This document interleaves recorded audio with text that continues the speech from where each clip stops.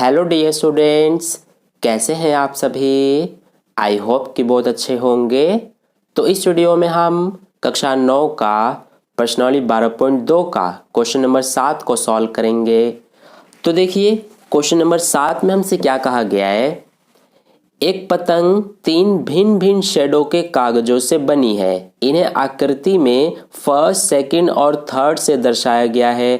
पतंग का ऊपरी भाग 32 सेंटीमीटर विकर्ण का एक वर्ग है और निचला भाग 6 सेंटीमीटर, 6 सेंटीमीटर और 8 सेंटीमीटर भुजाओं का एक समद्विबाहु त्रिभुज है। ज्ञात कीजिए कि प्रत्येक शेड का कितना कागज प्रयुक्त किया गया है। तो देखिए इस क्वेश्चन के लिए ये हमें आकृति दिया गया है। ये हमारा एक पतंग है। तो इस पतंग को बनाने के लिए 3 अलग अलग शेड के कागजों का यूज किया गया है। सबसे पहले देखिए ये हमारा ऊपर वाला जो आप हिस्सा देख रहे हैं, ये हमारा फर्स्ट शेड का कागज है। इसी तरह से ये देखिए ये सेकंड शेड का कागज है और ये नीचे जो आप देख रहे हैं ये थर्ड शेड का कागज है। तो हमें इसमें यही बताना है कि इस पतंग को बनाने के लिए जो ये तीनों शेड के कागज हैं, तो ये प्रत्येक शेड के कितने कितने कागज यूज हुए हैं इस पतंग को बनाने के लिए। तो चलिए इसका सॉल्यूशन करते हैं। तो देखिए इस क्वेश्चन के लिए हमें इस तरह की आकृति दी गई है। ये हमारा एक पतंग है। तो जैसे कि मैंने आपको शुरू में ही बताया था कि इस पतंग को बनाने के लिए 3 अलग अलग शेड के कागज यूज किए गए हैं। सबसे पहले ऊपर ये आप देख सकते हैं, ये फर्स्ट शेड का कागज है और ये हमारा सेकंड शेड का कागज है और ये नीचे थर्ड शेड का कागज है। तो इस पतंग को बनाने में ये तीनों अलग अलग शेड के कितने कितने कागज यूज किए गए हैं, यही हमें बताना है।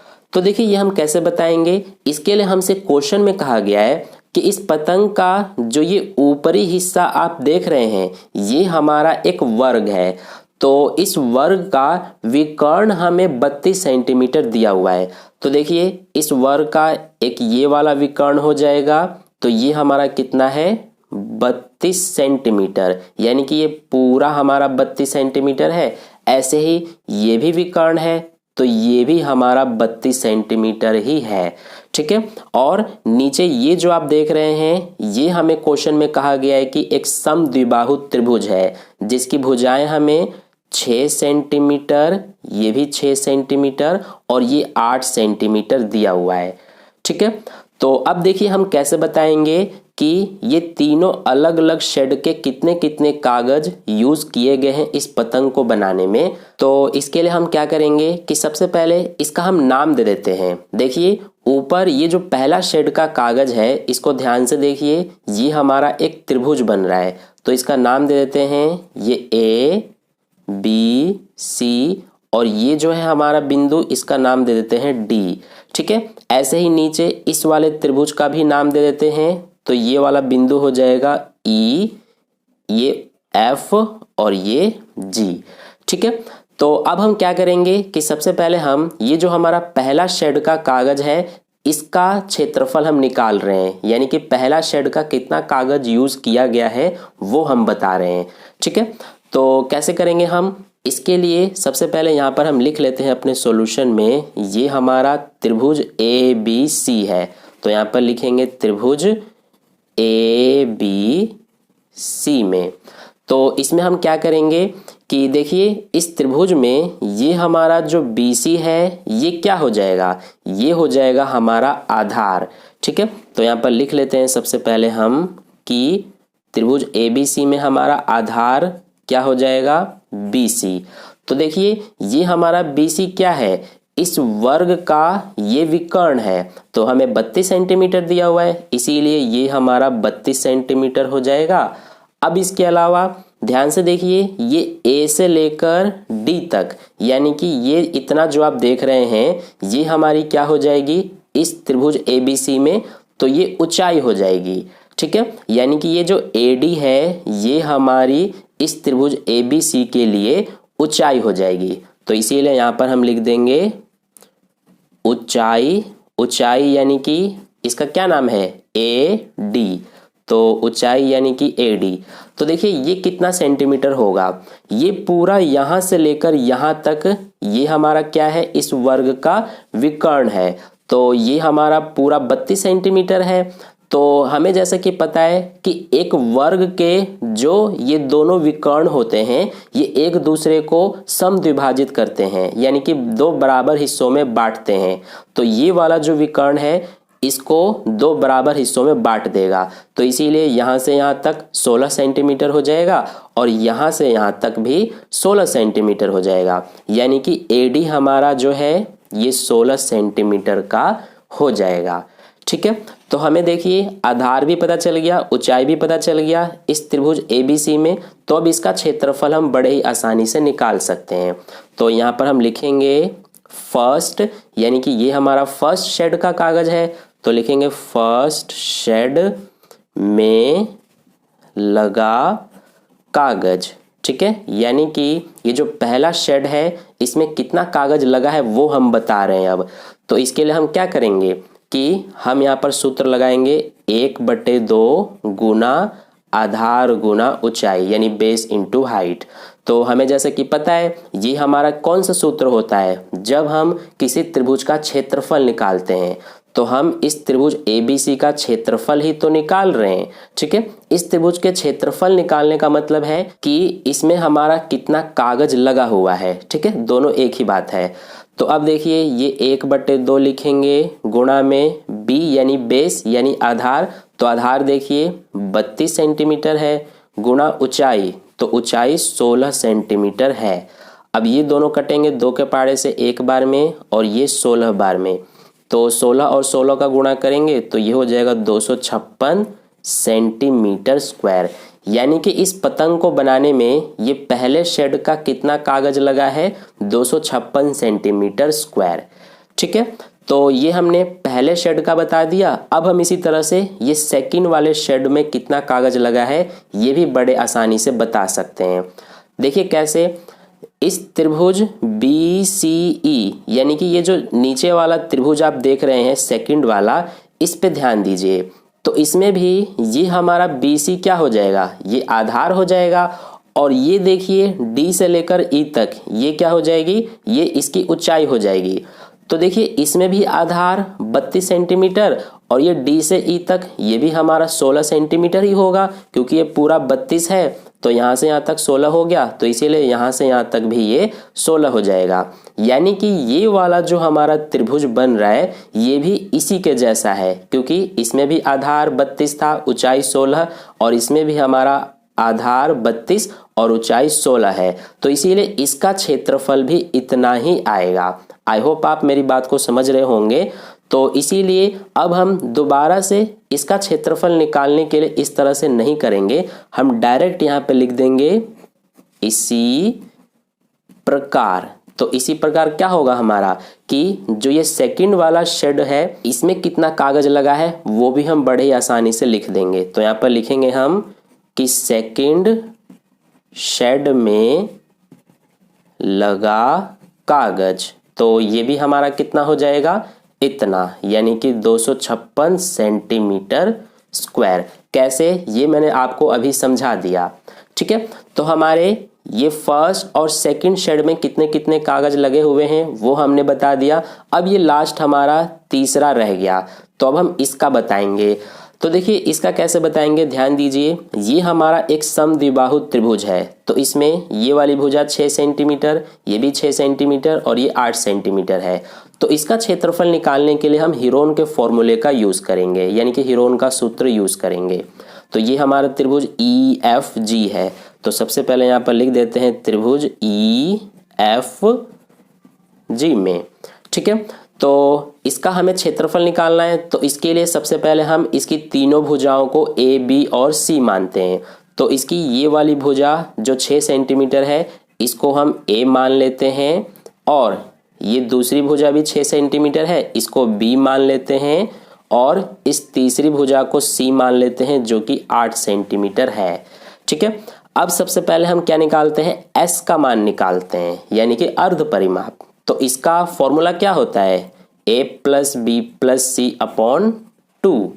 तो अब देखिए इसमें ए का मान 6 प्लस बी का मान भी 6 प्लस सी का मान 8 अपॉन 2। तो 6 प्लस 6 12 और 8 20, तो ये हो गया हमारा 20 अपॉन 2 यानी कि 10। तो 10 आ गया हमारा एस का मान। अब हम बताएंगे कि ये जो हमारा थर्ड वाला शेड है इसमें कितना कागज यूज किया गया है। ठीक है, यानी कि इसका अब हम क्षेत्रफल बताएंगे। तो यहाँ पर लिखेंगे हम कि थर्ड शेड में लगा कागज, यानी कि थर्ड शेड में लगा कागज, इसका मतलब है कि इस थर्ड वाले त्रिभुज का क्षेत्रफल। तो क्या होता है हमारा हीरोन का फॉर्मूला, वो होता है हमारा अंडर रूट एस, ब्रैकेट में एस माइनस ए, एस माइनस बी और एस माइनस सी। तो अब देखिए इसमें सबकी वैल्यूज को रखते हैं। एस का मान 10, फिर से एस यानी 10 माइनस ए की वैल्यू कितनी है 6, फिर से एस यानी कि 10 माइनस बी की वैल्यू कितनी है 6, फिर से एस यानी 10 माइनस सी की वैल्यू कितनी है 8। अब इसको आगे सॉल्व करते हैं। तो ये 10 माइनस 6 4, 10 माइनस 6 4, 10 माइनस 8 2। अब देखिए आगे यहाँ से ये हमारा 10 है, फिर 4 है और 2 है। तो हम क्या करते हैं कि ये जो वैल्यूज है रूट के अंदर, इनको हम बाहर निकालने की कोशिश करते हैं। तो इसके लिए हमें इनके पेयर बनाने पड़ते हैं। तो अब हम इनके पेयर बनाने की कोशिश करते हैं। तो 10 को हम क्या लिख सकते हैं, इसको 5 इंटू 2 लिख सकते हैं, क्योंकि 5 2 जा 10 होता है। और ये जो 4 है इसको एज इट इज उतार देंगे, इसको भी उतार देते हैं और 2 को भी उतार देंगे। अब देखिए 2 का एक पेयर बन गया, तो इसको हम रूट से बाहर एक बार लिखेंगे। ऐसे ही 4 का भी एक पेयर बन गया, इसको भी रूट से बाहर एक बार लिखेंगे। लेकिन इस 5 का पेयर नहीं बन रहा, तो इसको हम रूट के अंदर ही लिखेंगे। ठीक है, तो ये 2 4 जा 8 रूट 5, यानी कि 8 रूट 5 ये हमारा आ रहा है आंसर। ठीक है, लेकिन इसको हम आगे भी कर सकते हैं। कैसे, ये जो रूट 5 है इसकी वैल्यू अब हम पता करेंगे। ठीक है, यानी कि 5 को भी हम रूट से बाहर निकाल के और इसकी वैल्यू लिखेंगे। तो 5 का हम वर्गमूल यानी कि 5 का स्क्वायर रूट कैसे निकालेंगे, इसके लिए हम जो हमारा भाग विधि होता है वो यूज करेंगे। तो ध्यान से समझना, यहाँ पर मैं आपको बता रहा हूँ। सबसे पहले ये 5 है तो 5 को लिखेंगे।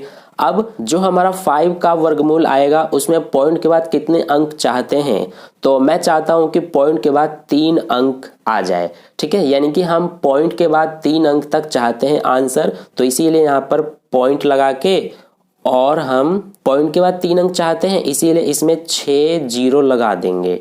ठीक है, तो अब हम पेयर बनाते हैं। ये एक पेयर बन गया, ये 2, ये 3 और एक ये 4।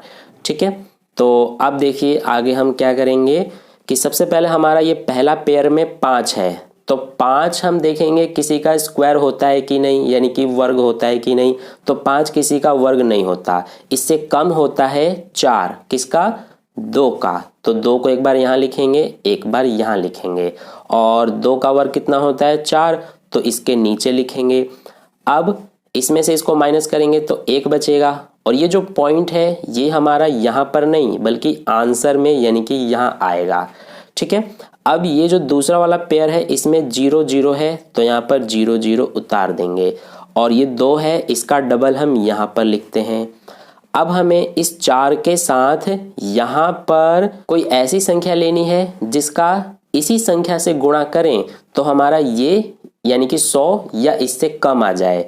तो देखिए ध्यान से, ये हमारा क्या है 4, तो इसके साथ यहाँ और यहाँ हमें कुछ ऐसी संख्या लेनी है जो सेम होनी चाहिए और गुणा करने पर ये या फिर इससे कम आ जाए। तो हमें 2 लेना पड़ेगा। अब यहाँ पर 2 लिखा है तो नीचे भी 2 लिखेंगे, तो 2 दूना 4 हो जाएगा, 4 दूना 8 यानी कि 84। तो इस 84 को हम यहाँ पर लिखते हैं, इस 2 को यहाँ और इस वाले 2 को यहाँ। अब देखिए माइनस करेंगे इसमें से इसको, तो ये बचेगा हमारा 16। अब इसके बाद ये सेकंड वाले पेयर को यहाँ पे उतार लेंगे, तो ये हमारा है 0 0। अब ये 4 तो उतार देंगे, इस 2 का डबल हम यहाँ पर लिख देते हैं, तो ये हो जाएगा 4 यानी कि 44। अब ये जो 44 है इसके साथ यहाँ और यहाँ हमें कोई ऐसी संख्या लेनी है जो सेम होनी चाहिए और गुणा करने पर ये या फिर इससे कम आ जाए। तो हमें लेना पड़ेगा 3 और 3। ठीक है, मैं डायरेक्ट कैसे बता दे रहा हूं कि यहाँ पर 3 और 3 लेना पड़ेगा, क्योंकि मैंने इसको पहले से ही करके देख लिया है। ठीक है, तो इसीलिए मुझे पता है कि 3 ही लेना पड़ेगा। तो 3 तिया 9, 4 तिया 12 का 2 हासिल 1, 4 तिया 12 और 1 13, तो ये आ रहा है 1329। अगर आप यहाँ पे 4 और 4 लेंगे तो इससे ज़्यादा हो जाएगा, इसीलिए हमें 3 और 3 ही लेना पड़ेगा। तो इस 3 को यहाँ और इस वाले 3 को यहाँ लिख देंगे, और ये जो आया है हमारा 1329 इसको यहाँ लिखेंगे और माइनस कर देंगे, तो ये बचेगा हमारा 71 और इसके बाद 2 यानी कि 271 बच रहा है। अब ये हमारा लास्ट पेयर रह गया, इसको यहाँ पर उतार देंगे, और ये जो हमारा है 4 उतारेंगे, इस 3 का डबल कर देंगे तो ये हो जाएगा 6। अब ये हमारा 4 4 6 हो रहा है, तो 4 4 6 इसके साथ यहाँ और यहाँ हमें कोई ऐसी संख्या लेनी है जिसका गुणा करने पर ये या फिर इससे कम आ जाए। तो हमें 6 और 6 लेना पड़ेगा, तो गुणा करेंगे तो 6 6 36 का 6 हासिल 3, 6 6 36 और 3 39 का 9 हासिल 3, 4 6 24 और 3 27 का 7 हासिल 2, 4 6 24 और 2 26। तो इतना आ रहा है हमारा, यानी कि 26,796। तो इस 6 को यहाँ और इस वाले 6 को हम यहाँ लिख देंगे। अब देखिए पॉइंट के बाद 3 अंक तक हमारे आंसर में आ गया है, तो इसको अब हमें आगे करने की ज़रूरत नहीं है। ठीक है, अब आपके मन में एक क्वेश्चन आ रहा होगा कि मैंने अपने आंसर में पॉइंट के बाद 3 अंक तक ही क्यों लिया है, जनरली तो हम पॉइंट के बाद सिर्फ 2 अंक तक लेते हैं। तो ऐसा मैंने इसलिए किया है क्योंकि अगर आपको जो मैं यहाँ पर आंसर निकालूंगा वो आंसर अपने बुक में आंसर जो है उससे मैच करना है, तो इसीलिए हमें पॉइंट के बाद 3 अंक तक करना पड़ेगा। ठीक है, क्योंकि अगर आप पॉइंट के बाद 3 अंक तक नहीं करेंगे तो आप अपना आंसर बुक के आंसर से मैच नहीं कर सकते हैं, यानी कि आपका आंसर कुछ और आ जाएगा और बुक का आंसर कुछ और आ जाएगा। ठीक है, लेकिन आपका आंसर भी सही होगा, अगर आप पॉइंट के बाद 2 अंक तक भी करते हैं तो भी आपका आंसर सही होगा, क्योंकि ये हमारा आंसर लगभग में आएगा। ठीक है, तो अब देखिए ये हमारा 8 हो गया और √5 का मान कितना आया है, ये आया है, यानी कि 5 का वर्गमूल ये आया है हमारा 2.236। तो इसको ध्यान से देखिए, 2.236 है, तो इसको हम कैसे लिख सकते हैं, इसको हम राउंड ऑफ में 2 और ये 3 6 है, इसका मतलब ये 36 है। तो 36 किसके पास है, तो ये हमारा 40 के पास है, यानी कि इसको हम निकटतम मान में लिख रहे हैं, 10 के निकटतम मान में, तो ये 40 के पास है, तो इसीलिए 2.240 यानी कि 40 लिख सकते हैं। अब पॉइंट के बाद सिर्फ 0 हो तो इसकी वैल्यू नहीं होती, इसीलिए हम सिर्फ 2.24 लिखेंगे। तो इस √5 की जगह पे 2.24 लिख दिया हमने।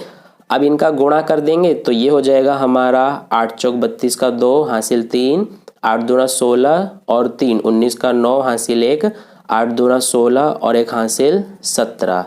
और पॉइंट जो है ये हमारा पॉइंट के बाद 2 अंक है, तो यहाँ पे पॉइंट आ जाएगा, यानी कि 17.92 और ये सेंटीमीटर स्क्वायर, यही हमारा जो हमारा ये थर्ड वाला शेड है, इसमें कितना कागज लगा है ये हमने ये बता दिया। ठीक है, तो इस तरह से हमारा जो क्वेश्चन नंबर 7 है इसका सॉल्यूशन कंप्लीट हुआ। आई होप आपको अच्छे से समझ में आ गया है। ये पूरा रफ वर्क है और इधर से ये पूरा रफ वर्क है। ठीक है, इसे आपको नोट नहीं करना। तो आई होप आपको क्वेश्चन का सॉल्यूशन अच्छे समझ में आ गया है। तो अगर आपको वीडियो अच्छा लगा है तो वीडियो को लाइक ज़रूर कर देना, अपने दोस्तों के साथ भी शेयर कर देना, और अगर आपने अभी तक चैनल को सब्सक्राइब नहीं किया है तो चैनल को सब्सक्राइब करके साइड में जो बेल आइकन आता है उस पर ऑल पे क्लिक कर लेना, ताकि नेक्स्ट वीडियो जैसी अपलोड की जाए उसका नोटिफिकेशन सबसे पहले आप तक पहुँच जाए। तो फिर मिलते हैं नेक्स्ट वीडियो में नेक्स्ट क्वेश्चंस के साथ। धन्यवाद।